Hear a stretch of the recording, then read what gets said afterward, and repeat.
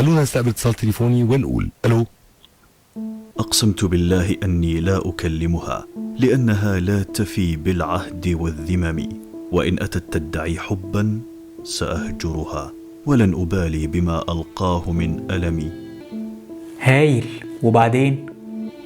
فما لبثت سوى يوم وليلته ورحت أسأل عن كفارة القسم. يا حزن السوداء أنا الله. أنا جلال حسين، وده برنامج بروفيشنال للتدريب.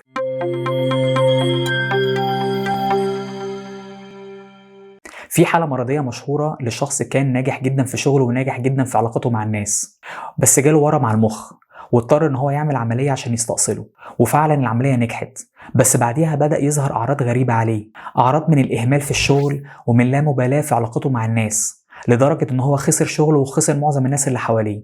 فقرر ان هو يروح يستعين بدكتور مخ واعصاب عشان يقدر يفسر ايه الحالة اللي عنده دي، وفعلا راح لدكتور مخ واعصاب كبير ومشهور جدا اسمه أنطونيو ديماسيو.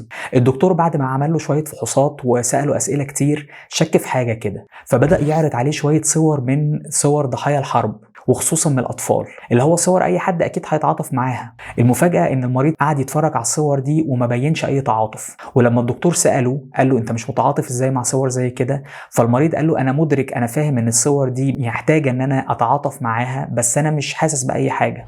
وهنا الدكتور فهم المشكلة، وهي إن إحنا أي مخ بني آدم فينا بيكون بيتكون من نصين، نص مسؤول عن التفكير العاطفي ونص مسؤول عن التفكير المنطقي، وبيبقوا متصلين ببعض بطريقة ما كده، عشان لما يبقى البني آدم عايز ياخد قرار فالنصين بيستشيروا بعض عشان يطلعوا لنا قرار متوازن بين العاطفة وبين المنطق. بس واضح كده ان المريض ده بسبب العملية اللي عملها فالنصين انفصلوا عن بعض، وبالتالي بقى يفكر وياخد القرارات بتاعته بالتفكير المنطقي بس بدون مشاورة التفكير العاطفي. ممكن حد بقى يجي يقول لي لا انت غلطان، ما هو لو بيفكر بالمنطق كان يهتم بشغله عشان ما يخسرش شغله. طب انا هقولك على حاجة، انت غالبا لو مهتم بشغلك انت بتبقى مهتم بشغلك عشان سبب من الاتنين، يا اما بيبقى عندك امل ان انت تطور من شغلك ده وتحسن من نفسك، يا اما انت قلقان ان انت تخسر شغلك ده، وفي الحالتين فالاتنين دول مشاعر او عاطفة مش منطق. وبالتالي احنا نقدر نستنتج من هنا ان احنا تقريبا معظم الحاجات اللي بتحركنا في حياتنا هو العاطفة او المشاعر اكتر ما هو المنطق. ولو حتى انت بيقولوا عليك ان انت راجل منطقي او بتفكر بطريقة منطقية شوية، فهتلاقي ان انت لازم برضو عقلك بيستشير الناحية العاطفية عنده، حتى لو في الاخر بتكون قراراتك غالب عليها المنطق شوية، بس لازم هتلاقي نفسك ان انت بتستشير الجزء العاطفي في مخك. واكبر دليل ان انت لو ماشي في الشارع ولقيت كلب طالع بيجري وراك، اول حاجة هتعملها ايه؟ ان انت هتطلع تجري، مش كده؟ برغم ان المنطق بيقول ان الكلب اكيد اسرع منك وان هو هيلحقك، لكن انت بتطلع تجري نتيجة الخوف، والخوف ده مشاعر، فده يدل ان انت اللي بيحركك اكتر هي المشاعر والعاطفة اكتر ما هو المنطق. بما ان احنا عرفنا بقى ان اكتر حاجة بتحركنا هي المشاعر والعاطفة مش المنطق، فخلونا نتكلم على اكتر شعورين احنا بنحس بيهم وبيكونوا محفزين لينا عشان نقوم باي عمل او ناخد اي اكشن في حياتنا، وهم اللي اتكلمنا عليهم من شوية، الامل والقلق. طب انيو فيهم محفز اكتر لينا وانيو افيد لينا؟ الموضوع متوقف على الموقف اللي حضرتك هتاخد فيه المحفز ده. بمعنى ان انت لو عايز تاخد اكشن وانت موقفك سيء او في وضع سيء، فالمحفز الامثل ليك هو الامل. ولو انت عايز تاخد اكشن في وضع انت قوي فيه او في وضع كويس ليك، فالمحفز الافضل ليك هو هيكون ساعتها القلق. خلينا نشرحها شوية. لو حضرتك عاطل عن العمل ومش لاقي شغل، فساعتها انت عايز تاخد كورسات عشان تحسن من امكانياتك يمكن تلاقي شغل كويس. ساعتها المحفز الامثل ليك هو الامل، لان انت وضعك اصلا سيء وبتأمل ان انت لما تاخد كورسات هتحسن من نفسك وتلاقي شغل كويس وتتحول من حياة العاطل لحياة الشخص اللي بيشتغل.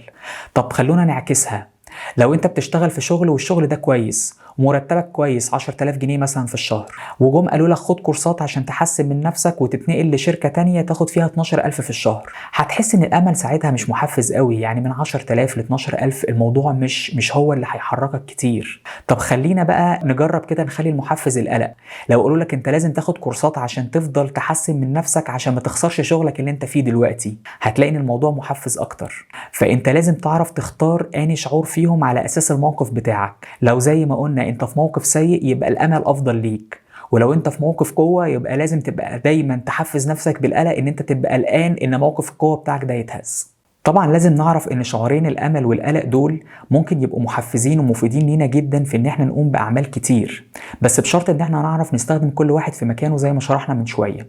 ولازم حاجه تأيدهم شويه عشان ما يفرطوش مننا، لان في بعض الناس الموضوع بيتحول عندهم لمشاعر مرضيه، زي ان في ناس بتحط امال كبيره قوي عن امكانياتها، بتبقى قاعده على الكنبه وبتحط امال كبيره ان هي ما تقدرش توصل لها لان امكانياتها صعب عليها الامال دي.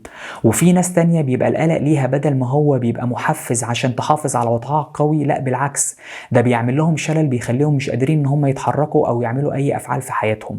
وبالتالي الموضوع بيبقى محتاج زي فرمله كده. وهنا يجي دور النص التاني من المخ، وهو اللي مسؤول عن التفكير المنطقي، لان المنطق هو بمثابه الفرمله للمشاعر دي.